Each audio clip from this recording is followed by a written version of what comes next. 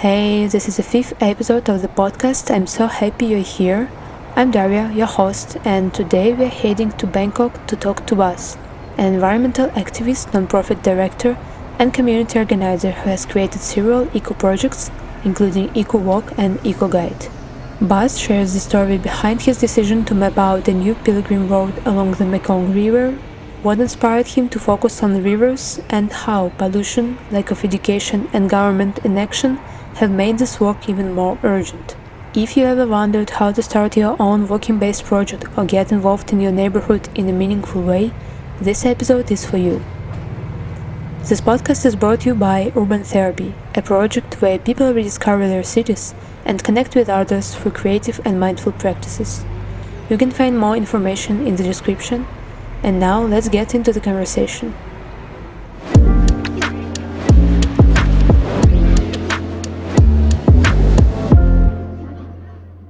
Yeah, I will have some list of questions. You're right that there are a lot of topics that I mentioned here, and you really have a lot of projects. So I guess we will choose a couple of them and right. see how it works. Okay. Can you please firstly just introduce yourself, tell about your projects a little bit, what you're working on right now? Okay. Actually, I graduated from a veterinary school, one of the prestigious in Thailand. But I have never practiced veterinary skills at all because it wasn't my cup of tea at that time, because I like to spend my time outdoor more than working indoor. And then when I finish the work and get out of the office and the sun just gone already, so I can't live that life. So and I grew up loving nature. That was my kind of a thing that I would like to do, but it's very difficult here in Thailand to find decent jobs to work in environmental services. So I didn't attend graduated directly from biology school or something like that. And then I sort of after graduation I felt like I need to work to make a living. So I jumped into the business world, and I worked there for a couple of years, and then I had my master's degree in marketing.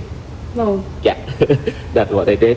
And then I came back here and then helped my family to start a new business, which is we have done, actually, it's still going on, is organic farming.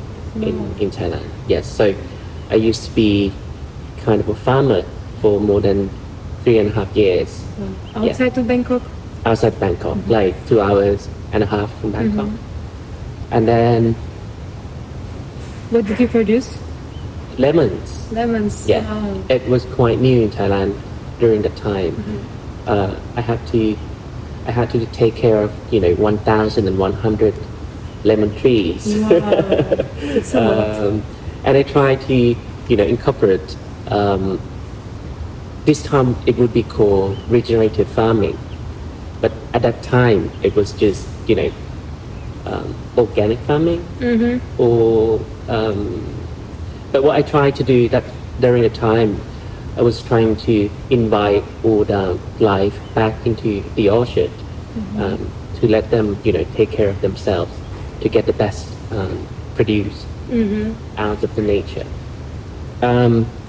And after that, I did another job as a managing director for a small company that sells natural products for like 3 years. After that, I quit. I did nothing. Actually, I work as a freelance. Why did you quit? Why did you quit? Why did you decide to stop? I didn't find anything to do. Anything that Useful. drew me in or very exciting for me during the time. So I took that kind of long break. It's been 3 years, and I launched a program called Eco-walk. Firstly, I did it with my friends, with my good friend. We just tried to collect, biodiversity data in my neighborhood because I wanted to know what's left in the city. Because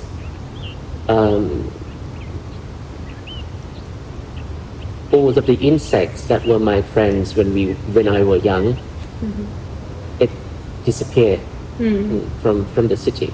So I just, I was wondering, is there a chance that they still left somewhere, in a corner of, any gardens, but some people garden or in the public park. How did you understand that they are disappeared? You stopped seeing them? I just came to realization that it's gone. Where is it? Something like that. And then at first it was kind of citizen science project in a way. Like I tried to collect data, right?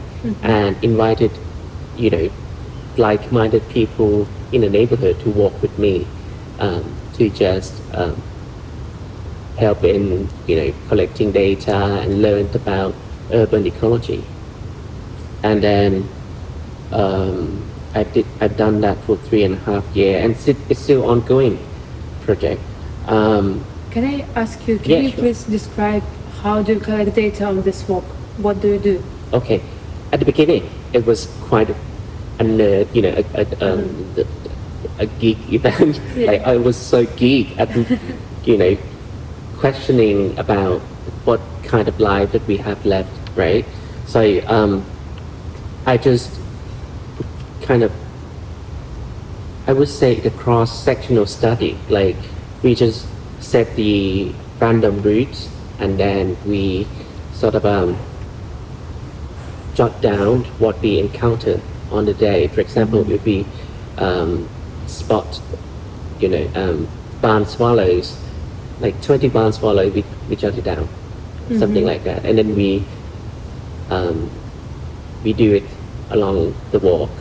So for now, I think we found that there's still more than 250 species coexist with me in my neighborhood, which is fascinating, right? Yeah. There's still so much life in the city in a very polluted environment. Yeah. Can you describe your neighborhood? I live in the area called Ari, and it's sort of it's sort of an old neighborhood in a way, but not very very old. It's around more than 80 years of establishment, and it used to be the area for what does it called, government officials and high level people to live in that area. And so all of the houses in the area are quite vast, like very big, with garden, which is very difficult to find somewhere else in Bangkok. And it happened. I think it's very charming because it's the area that we still have kind of green space, pocket green space at the center of the neighborhood. So people go out jogging and exercise, and they bring their kids to enjoy activity outdoor. And because we have kind of it is very it's what does it call, it's a hipster neighborhood. Like you can find fancy cafe, some artistic spaces. I know I saw like on Instagram some some spaces in the Yeah, area. it's very creative and very collective as well. A lot of people would like to participate in community events, and there are lots of creative people living in that area. We have a music company in the area. We have gallery. We have so many things. Very good neighborhood, and and not so many skyscrapers. There's some, and they're coming more and more. But when you step out of when I step out of the door, I can still see, the sky, which is, to me, it's very important. Yeah. What happened after you initiated this eco walk? Okay, it gradually transforms into nature connection program. So I got funded to kind of come up with the playbook. So it could be, give away to other communities around Bangkok and Thailand. And then I think I was very lucky, because when I started this eco walk, at that time, my neighbors they just came out of their home and then initiate a lot of things that kind of similar to what I have done. For example, we have Your Neighbor Ari, which is a local media that try to invite people to have a random walk around the area. I haven't tell you about the walk itself, right? So we live in the city. We live in the. Have you familiar with the term Anthropocene? We live in a human world. Somehow human miraculously took part as nature manager, in a way. I absolutely disagree with that. So I try to kind of do something that kind of working on people's attitude and actions to be more open to the environment, to the nature, to be less afraid of the nature. Do you think people are afraid of nature? Yes, of course. How, for what actions? Lots of people scared of bugs. Lots of people scared of snakes and spiders. Yeah, right. And I think it's normal. It's not strange, but if that fear doesn't bring you to the killing part, yeah, we could coexist. Like people in Australia. They live with so many venomous animals around their house, and they okay with it. Yeah. And they live with crocodiles and shark and the most venomous snake in the world. And so it's possible, right? And us, the human being, used to live like that before. When we were, hunter-gatherer community back then. So it was in us. Yeah. We just forgot that we are a part of the whole thing. Yeah. So I try to kind of guide people to shift their mindset from human-centric to ecocentric, which is to see the interconnection of themselves with other things, and other things with other things. And so what I did is I just bring people at 7 o'clock in the morning on Sunday, voluntarily, free of charge, and then normally I take like 8 to 10 people to walk with me. So we just walk. I don't tell them where we're going, because I want it to be, kind of childlike activity that we didn't have a clue when we, when we do something when we were young. And so we just walk, and en route we just I try to ask questions to the people to let them feel, using our sense of five to explore things around them. And do you give them some particular tasks, like listen to the sounds? No. Okay. No, because I believe if you want to coexist with nature, we must be able to allow things to happen to us, right? And then we find a way. And then after the walk,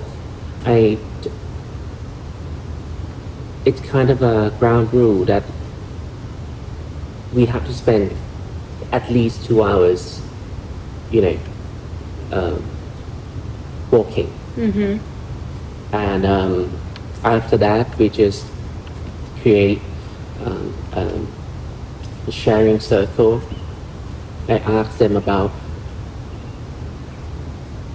what do they notice, what do they feel, and what is nature. Yeah, that's it. And we have fruitful discussions about our perspectives of ourselves, of our neighborhood, and our city, and the nature. Yeah, it's wonderful. Can I ask you, what kind of people come to these walks? I mean, are they prepared by the topic? Like, are they interested in connecting with nature, or is it possible to attract people who know nothing and don't really think about nature and their connection with nature? Is it possible to attract that kind of people to your walk? Because I guess it's also important, but really hard part. I think I didn't kind of set my focus on recruiting people. I set my focus on the walk, and I think the name of the walk, which we call we call it Eco-walk. Yeah. It kind of attract people who a particular groups of people to join the event. And but I try what I'm trying to say. I think it's important to be open enough for any kind of people from any background, any interest to join a walk. So I try to, sometimes I create a special event. For example, I have a scent walk, like bring people to smell the city and smell the nature, and to kind of expose them to the nature activation in the neighborhood. And some sort of that. So I try to make it a varieties of activity using the same principle. Yeah. Have you faced attitude that someone can't understand what you're doing? I mean, on the walk. So they came on an eco walk, and then they just don't understand how to walk these 2 hours, or what insights they have. They don't have any thoughts or emotions. Have you faced it? Yeah, sure. I think that more than 500 people have joined the eco walk, and let's say around 10% would be under your term, like the kind of so disconnected with the city and within themselves. But the 90% at the end of the session, everybody, most of the feedback or comments that I got back from the participants, like they see the nature around them differently now. Like they got a new lens, new eyes to see things differently. They start questioning about their own neighborhood and cities, and some they adopt this walk to do it themselves In their neighborhood. in their neighborhood. Nice. Yeah. Right. But not a lot because it Yeah, take it- effort yeah, yeah. to do this thing. You should have some motivation to do it. Yeah. Right.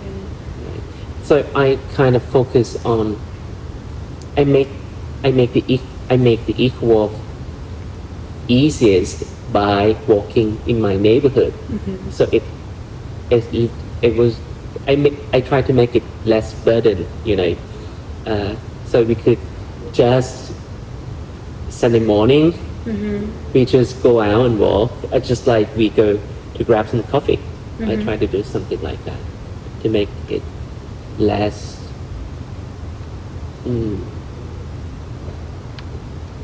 I try to break the wall, not put up the wall. Got it. You also mentioned this playbook. Can you describe what is it about? Like, what is there? Playbook is kind of a detailed description of what eco walk is, and how could if they're interested in doing, practices, program by themselves, how could they do it? How could they collect data in their neighborhood? How could they invite other people to join that event, something like that? Because I wish it would, spread across the world actually, so people can. To me, I see the benefit of the eco walk apart from being more connected to the city and nature. I also be more open because I, kind of play around with strangers and more people. So it kind of changed me in a way. I'm more open to the people as well, and I feel like I'm less lonely in a way because I have community. Yeah. I have friends in the neighborhood, because I've done this. Yeah. So and people get excited about it. Yeah, I totally agree. I think this walks are really, like as I said, safe space for people to connect, to bring something, to belong to some communities here. Because actually, I see that there is a trend to loneliness in the world, especially after COVID happened. So yeah, it's very important to organize something like that. Yes. Yeah. Especially in Asian country and in Bangkok, because I think you have experience in Bangkok, right? Yeah. So it's not quite walkable. Yeah, it's hard. It's hard. because of the weather, Yeah. because of the infrastructure, because of the traffic, because of the pollution. Sound. Everything noise. is very, very, very kind of put you off in a way. So because of that environment, I think most of the people, when they got tired from their work, they want to, live easy breezy. So then the isolation happens because when we locked ourselves in our house, in our place, it could be our fortress, and we could Netflix, we could browsing, scrolling our phone, and everything seemed to disappear. So I see the relationship between poor environment and the isolation. So, but in same poor environment, there's still some nature exists. Yeah. You see, like we can still hear the bird chirping, the wind, the leaves playing with the wind, Yeah. and in some part of the city we can still hear the sound of the river or pond, Smell flowers. smell the flowers. Yeah, they're still hiding somewhere. It just because we put ourselves in the bubble, so we could not experience that. Yeah. So I try to break down the isolation, bring people together to play in nature, and that's life, isn't it? Yeah, sure. In this ordinary things, it's important. When do you have your next walk? The next walk. Yeah. Because I just got a new job here, so I plan to start it. I plan to start a walk again. I think in June this year. Oh, okay. Yeah. In June this year. Okay. So it's not weekly basis. From time to time. Yeah. It used to be like every week, no, once every month for 3 years. But now I got, to prioritize myself a bit because I got a permanent job here and with a very important work. So I have to focus on my work now. Yeah. Can you tell us about what you're doing here? Okay, but before we go there, after 3.5 years of Eco-walk, I feel like it's time for me to have my own pilgrimage. I had this idea for more than 2 to 3 years back then, but I didn't do it because I feel like it wasn't the time. But I can't remember. I woke up one day and I just made my decision that okay, I have to go for a long walk. And where should I go? I asked myself.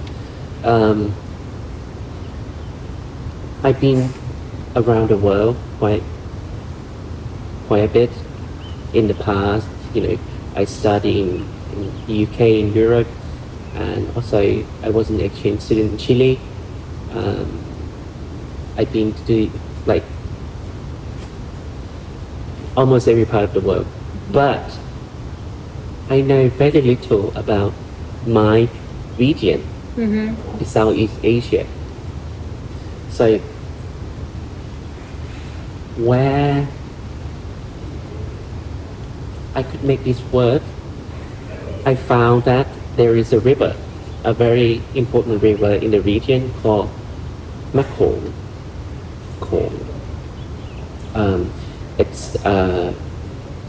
It originates in eastern Himalaya, and then flow through the continent to the South China Sea, around 4,900 kilometers. Along the way, the river passed through the borders of Thailand and Laos, and it's roughly around 800 kilos by car, 870 kilos by car. Okay, that sounds good. That's the perfect range. With less than 1,000 kilos, I can make it work. Yeah. So I picked that river, and another reason is that Mekong River is an international river. It's flowed through many countries, and sadly, that country upstream, they built big dams in the river. So when we have dams in the river, it changed the physical properties of the river, and it changed ecosystems, and people who live along the river got bad effect from it. They have kind of less fish because people along the river depends heavily on natural resources, for example, water from the river itself, or fishery, or agriculture. And 14 dams in the river kind of catastrophic to the to the to the lifestyle of the communities and also to the environment, to the nature. I've been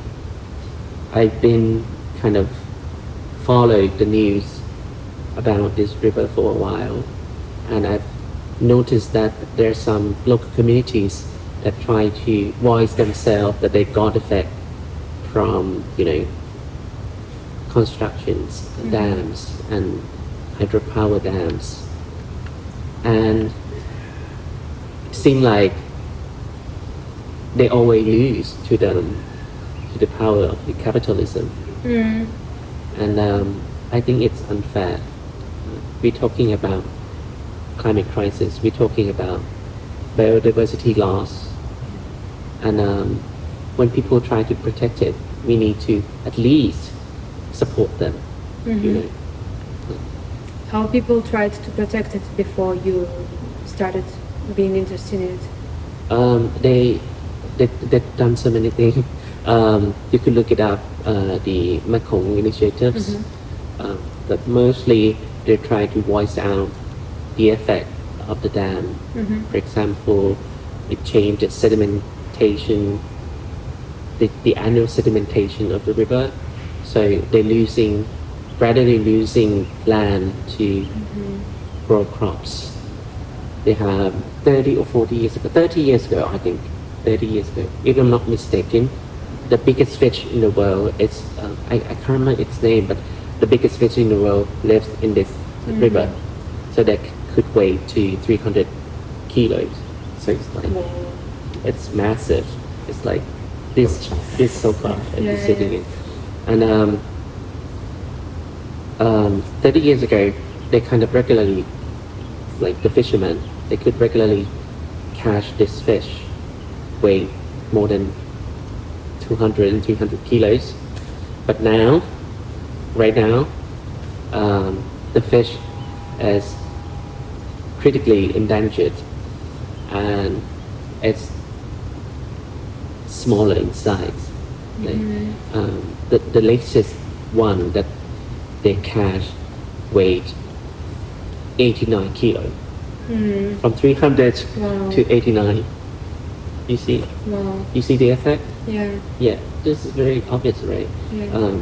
When the predator scare and shrink in size, it means less food in the web of life, and that affects us. Yeah. And so they try to voice out that they don't have a fish to catch anymore, don't have fish to catch anymore, and they lose their land to the ever-changing water level, and they never got any compensation from these big conglomerates. Yeah. So I think it's a resource war in a way. Like some people get richer by, utilize and exploit resources, and other got affected. And how did you start your project, your walk, Mekong Walk? Okay, I didn't prepare anything actually, because I thought, like, if a monk can go on a pilgrim with bare feet, why can't I, go do that the same way? I thought I was like a monk, right? And then I didn't prepare anything. I didn't reach out to the local community. I didn't do anything. But like 3 days before my set date to go on a walk, people started to reach out to me that you need to know these people, you need to know these people. So I connect them first, because I think respect is very important. Yeah. At least to notify them that I'm going into their area would be nice to them. So, and not bad to me, for me to do it. It's it could be a good thing. So I reach out to people, but very, very, very little preparation for such a long walk. Yeah. I went there with a 17 kilos backpack on my back, which is crazy. Like we have to minimize the weight that we have to carry along the way, because it's very difficult to walk every day with that weight on the back. And I didn't do any physical training to get myself there. I just thought that I could keep fit along the way. So I just want to do it, and then I go there and do it. And I began the walk on 16th of January last year.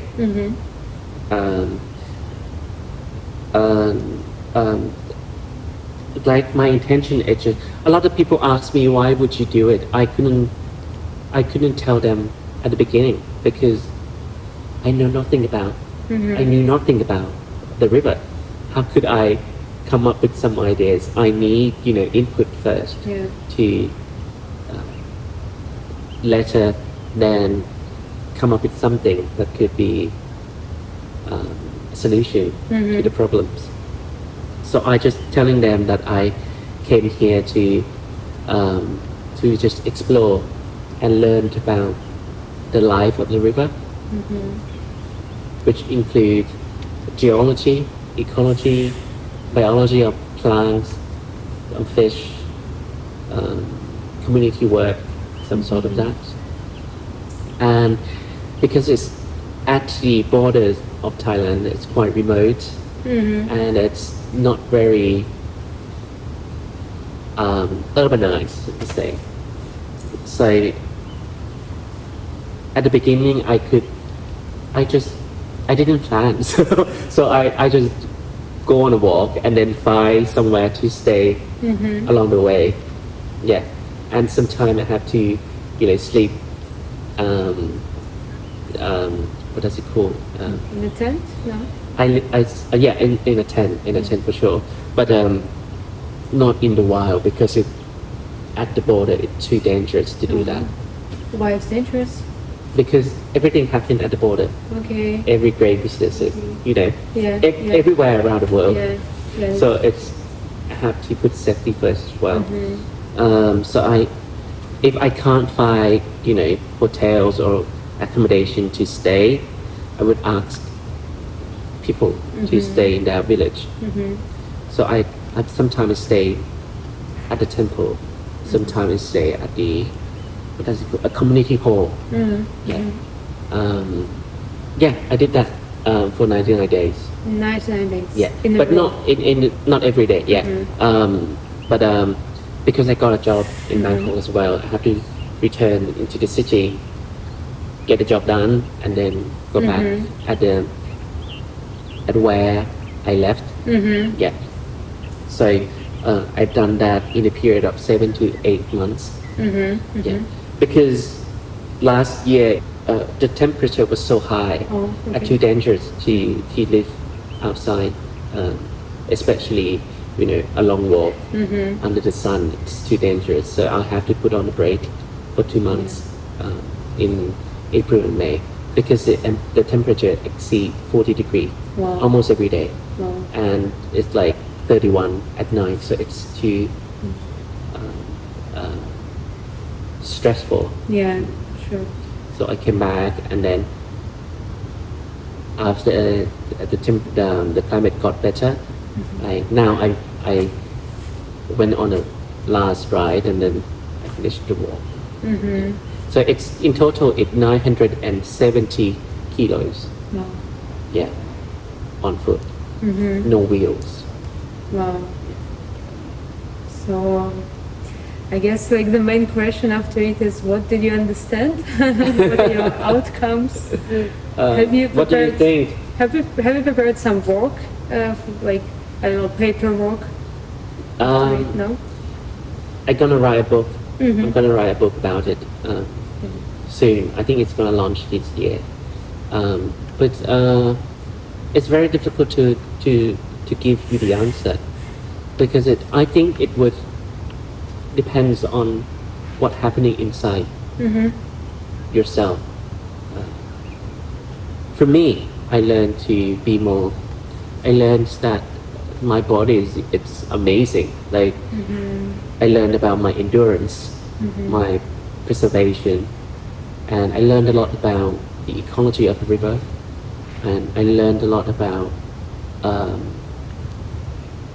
the life of the people who depend on natural resources. And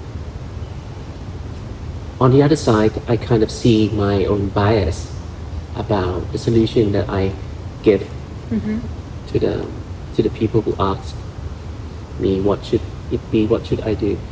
It just come from my limited understanding of the world.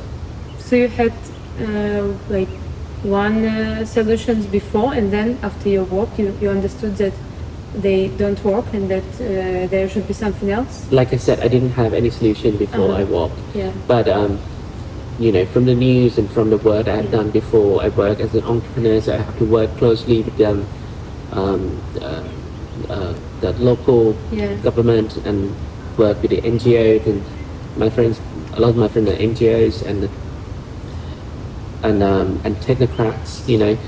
So I didn't see that when I came up with something in the past, it's just very limited, you know. I did because I didn't have the experience that these people have, so I couldn't. It's rubbish, actually. It's a rubbish idea. So I learned that I have this in me, so I have to be aware. And sometimes there could be more than one solution. There can't be, you know, one solution for all. I embrace more diversity actually, and for example, I don't know if I can use we or not, but people at our age, we kind of get familiar with the word nomad, digital nomad. We can work from anywhere, right? Yeah. And it sounds so exclusive to people in our generation. Yeah.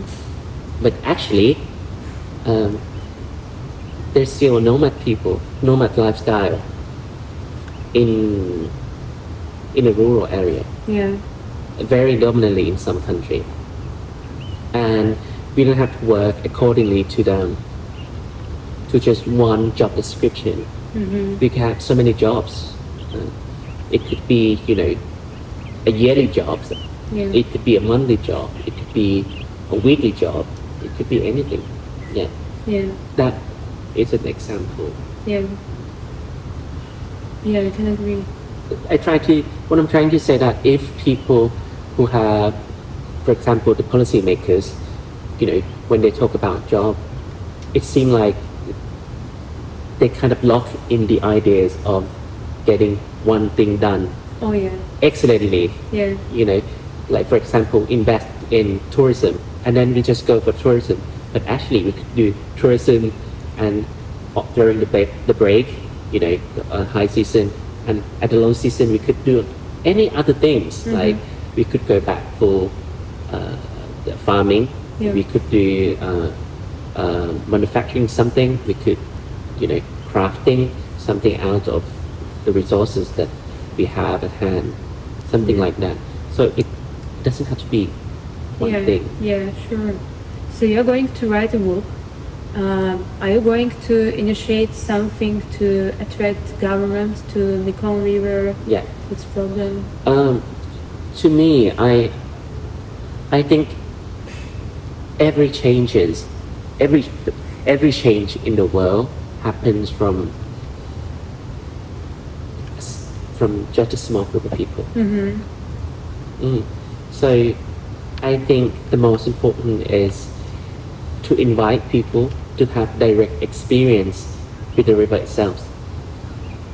And I believe if it attracts enough people to the tipping point, now the change will happen. So for now, I want to, because I have already finished the walk, so actually there is a pilgrimage already exist along the river. So now it's time to invite people, people like you who enjoy traveling around the world to come on a walk, like any other pilgrimage around the world. Like, for example, in Japan or in Camino de Santiago, like that. So it could be a Mekong walk as well. New destination. So the point is to bring people to experience life, their life and the river life and the lives of the people who depends on the river. It's, I guess, the most important thing here is to balance like local life and this touristic like life, because if it's new destination, it attracts more problems because everything become concentrated around tourists. As for example in Chiang Mai, as I understood, it's very beautiful city, like with a lot of nature and so on, but now it lives because of tourism traffic, but also for this reason it experiences some problems because government can forget about locals, about their problems and so on. So I guess there is very important to have balance. Yes, I agree. So during the walk, during the Mekong Walk, I try to participate with the community, the local community, local NGO, civil organizations, ask them, civil society organization, and ask them what do they expect from this program, from this walk. And they just mentioned, like, I don't think that it could, I don't see the pictures of implementing a whole 1,000 kilometers, but I could work with a group of people, like, for example, 5 communities that are interested in, bring people in and experience what they experience. And so when I ask these group of people, they just want people to have the experience that they have. So it's about awareness, it's about connection. But I agree that the problems from tourism will come after that. I think social learning is very important. So sometimes we have to allow it to happen, and then try to adapt or to fix. I don't know. I feel like life will find a way. The community will get. If it's too much, it's their responsibility to take action on what is enough for them. It's them to find the balance. To me, it's a way to really empower local people to act on their own right. Do you have any maybe insights from what were people telling you on your walk? People who live there, what is their life about? How this area influenced their life? Okay. Wow. Good question. When I've heard from people during the walk, it's mostly about they're losing the memories. They're losing the memories of the place because it changed from what they had experienced in the past. And I think that it's sad enough for people, losing what they find pleasant or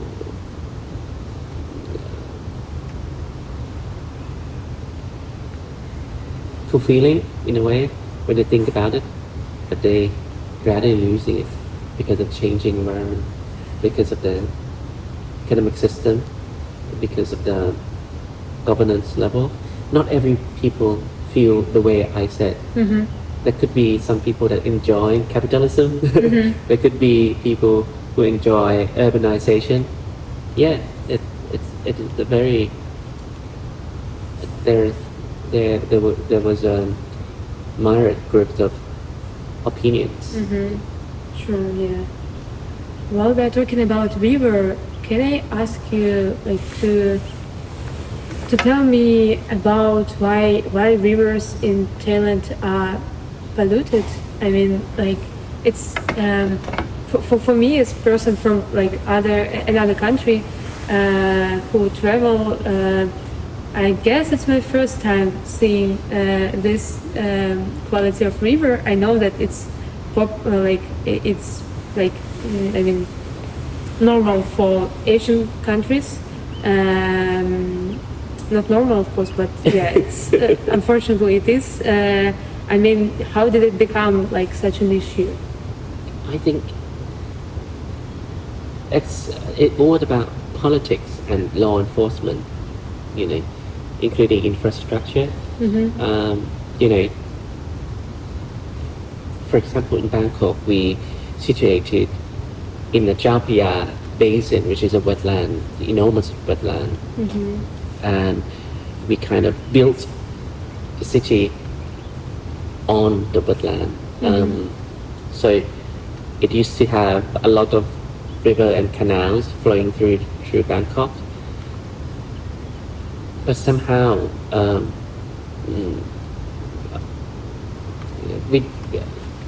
don't think we have lose the political momentum to really protect the common good of the people. I think that would be the main priority, because if we have that political will, it will be enforced into the educational system. It will be enforced into the law and legislation, including urban planning. And I believe that people would act differently with their behaviors.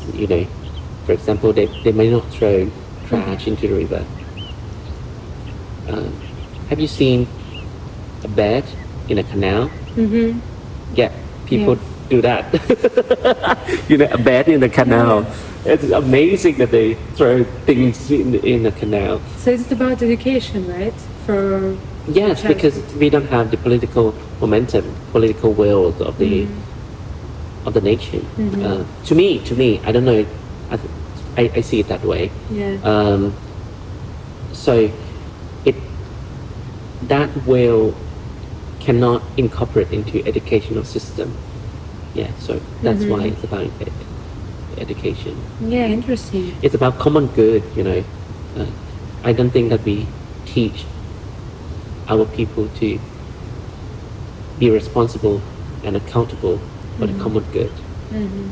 And the obvious example is the corruption. If they care about common good and the people and the public, that wouldn't happen. Or if it happened, it would be, very, very elusively, not so obvious like this. Yeah. It's interesting how other countries approach this thing, because of course it's better not to swim in any city, like in any city's river, but still water is at least blue. But the water transparency, I think it cannot be blue. It has to be brown, because it carry all the sediment from up north, from the mountain. There's a lot of sediments in the river, and then it shaped into the sea.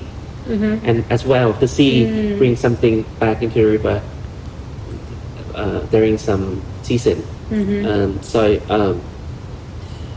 It can be green, but not so very, very transparent. Like up north in the mountain, upstream.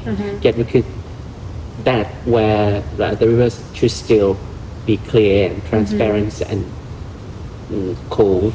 But downstream we have a lot of sediment that come with the river, so it could be cloudy. Cloudy. So it also depends on the location where this river is flowing.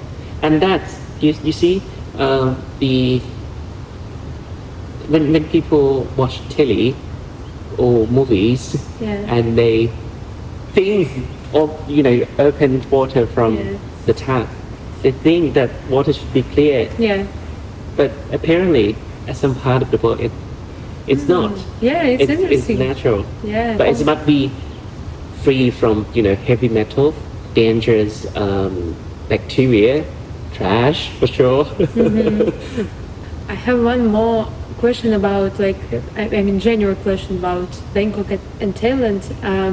I guess one of the biggest challenges and problems for Bangkok is facing today is air pollution, and this season called smoky season, as I understand, like during January, February, March, April. Can you please explain this problem to me? Why it's like such a big issue, particularly for Thailand, for Bangkok?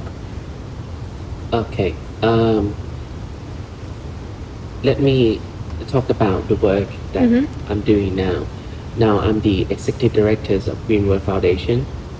We are the non-profit organization pioneering in citizen science programs, for example,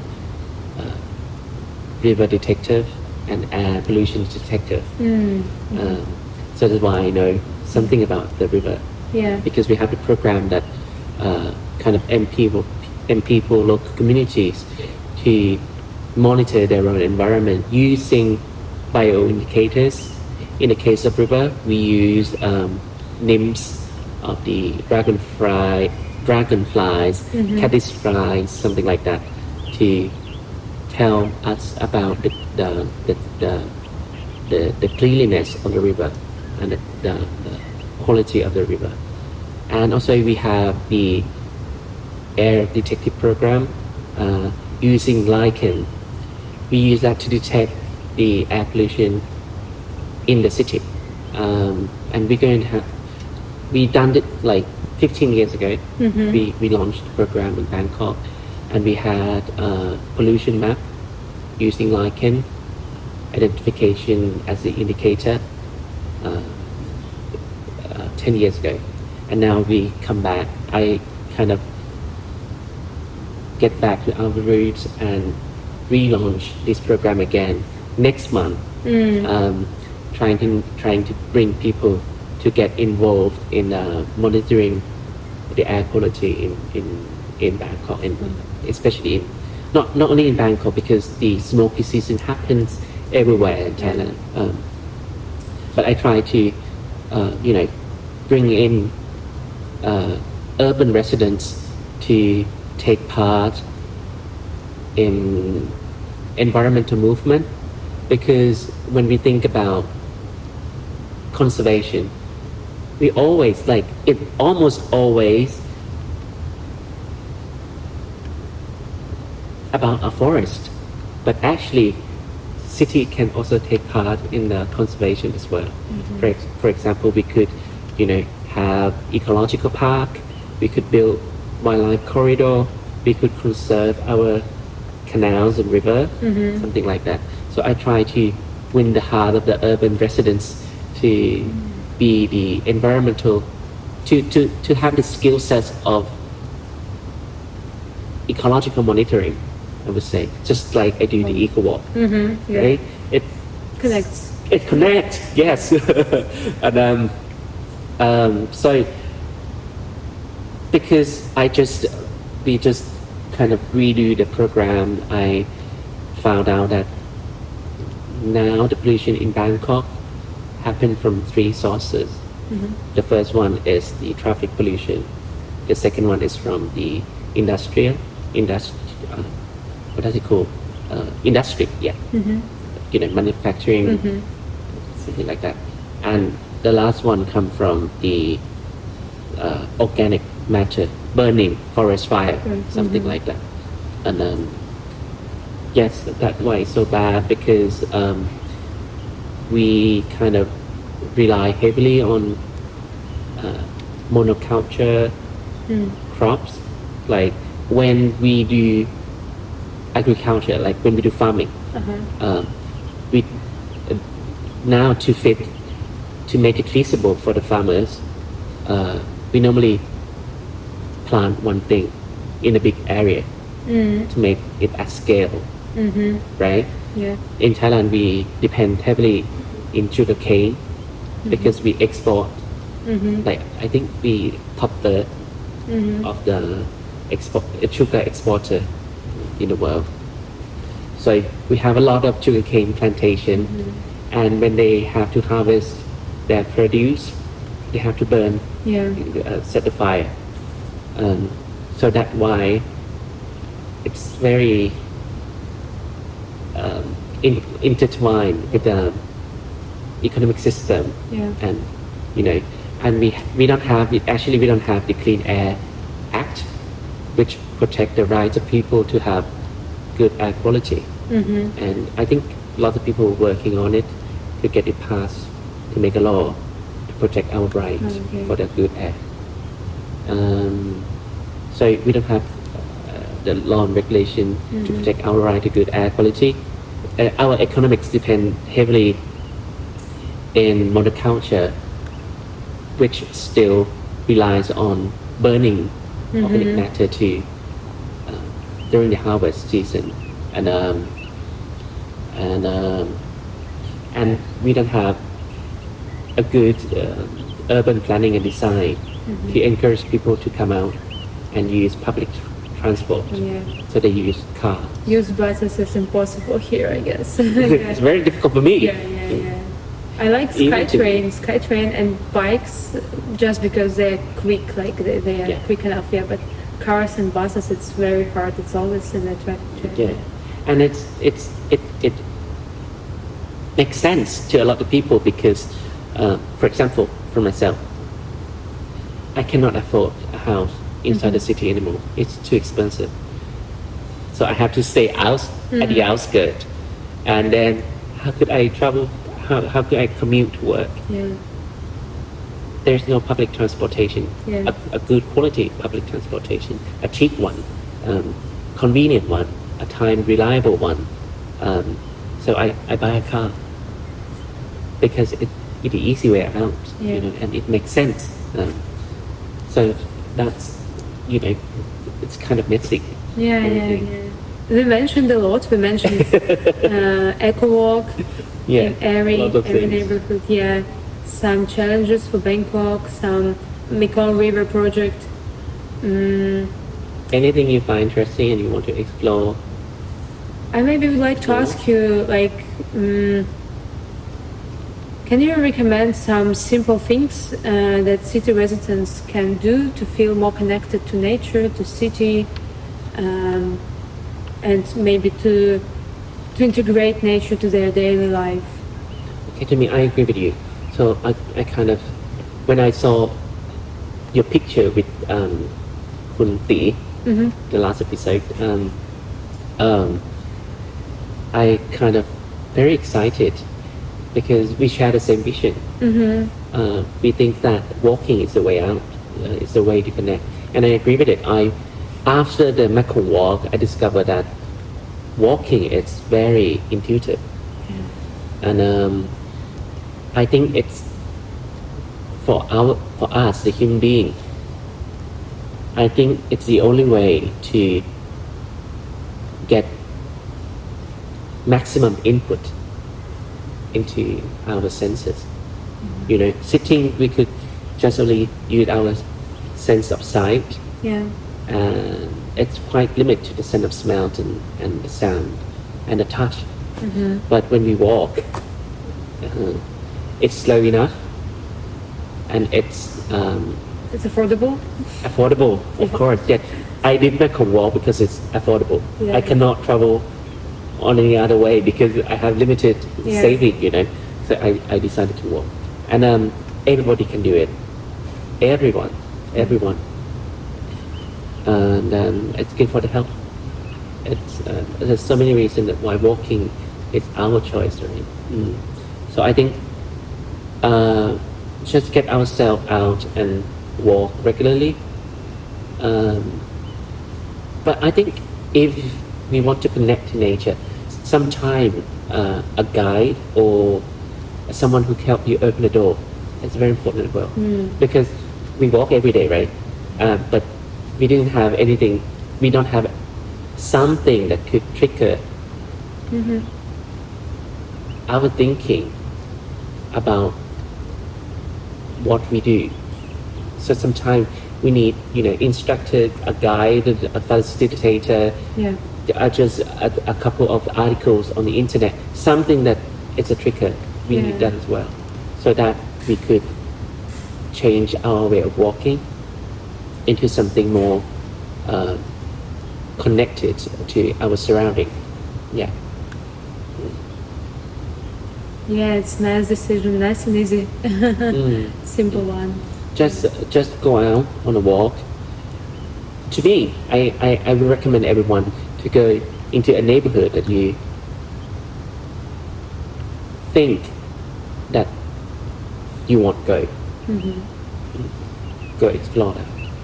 I always say that I was research and study, I think in the US, I think in MIT, they found that we have a brain that equipped with navigation system within us.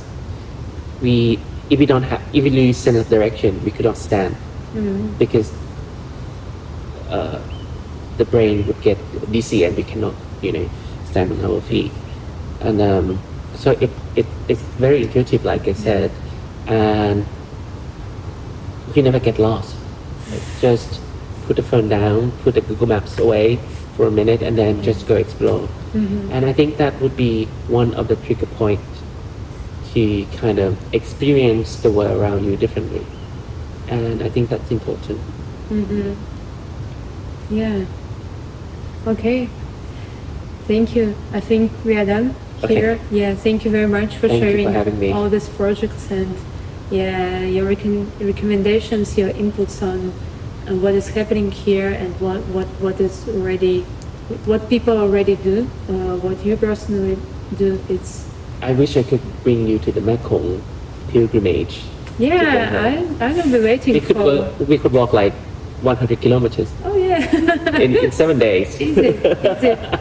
Yeah, I used to go to like backpacking in Russia, especially in mountains, a lot with backpack. It's very difficult thing, and I always prepared for several months before my trip. So you're brave to go there without preparation.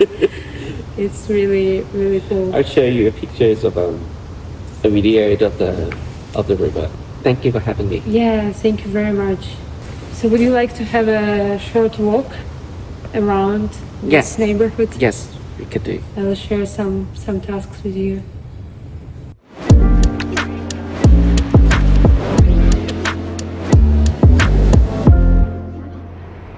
Thank you for listening. Please follow us on Spotify, Apple Podcasts, Castbox, Amazon Music, or wherever you get your podcasts. In the next episode, we will finish our Thailand edition. See you there!